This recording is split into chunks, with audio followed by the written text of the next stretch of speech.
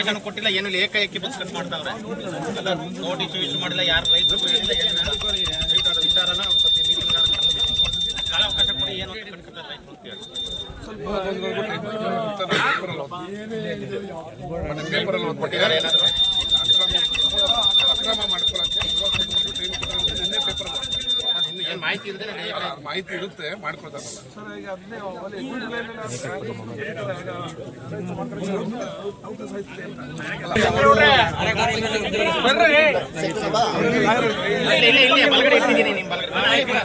ಹಣ್ಣು ಕಾಯಲ್ಲ ಎತ್ಬಿಟ್ರೆ ಏನಾದ್ರು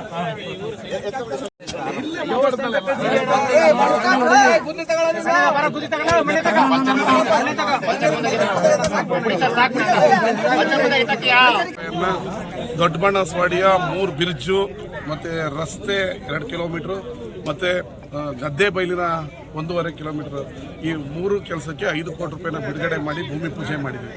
ಅದೇ ರೀತಿ PWD ಉಪ್ಪರ್ಕನಹಳ್ಳಿಯಿಂದ ಮಲ್ಲಘಟ್ಟ ರೋಡ್ ಬಹಳ 30-40 ವರ್ಷದಿಂದ ಹಾಳಾಗಿತ್ತು. ಅದಕ್ಕೆ 2.5 ಕೋಟಿಯನ್ನು ಬಿಡುಗಡೆ ಮಾಡಿ ಇವತ್ತು ಭೂಮಿ ಪೂಜೆ ಮಾಡಿದ್ವಿ. ಒಟ್ಟು ಇವತ್ತು ನನ್ನ ಮಂಡ್ಯ ವಿಧಾನಸಭಾ ಕ್ಷೇತ್ರದಲ್ಲಿ 7.5 ಕೋಟಿ ರೂಪಾಯಿಯಲ್ಲಿ ರಸ್ತೆ ಮತ್ತು ಬ್ರಿಡ್ಜ್ ಕಾಮಗಾರಿಗಳಿಗೆ ಭೂಮಿ ಪೂಜೆ ಮಾಡಿದ್ವಿ. ಇಡೀ ಮಂಡ್ಯ ವಿಧಾನಸಭಾ ಕ್ಷೇತ್ರದಲ್ಲಿ ಯಾವ ರಸ್ತೆ ಕೂಡ ಸಾರ್ವಜನಿಕರಿಗೆ ಓಡಾಟಕ್ಕೆ ತೊಂದರೆ ಆಗಬಾರ್ದು, ಆ ರೀತಿ ಅಭಿವೃದ್ಧಿಯನ್ನು ಮಾಡ್ತಾಯಿದ್ದೀವಿ.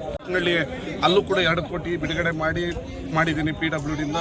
ಮತ್ತು ಕರಡಿಕೊಪ್ಪಲು ರಸ್ತೆಗೆ 1 ಕೋಟಿಯನ್ನು ಬಿಡುಗಡೆ ಮಾಡಿದ್ದೀನಿ.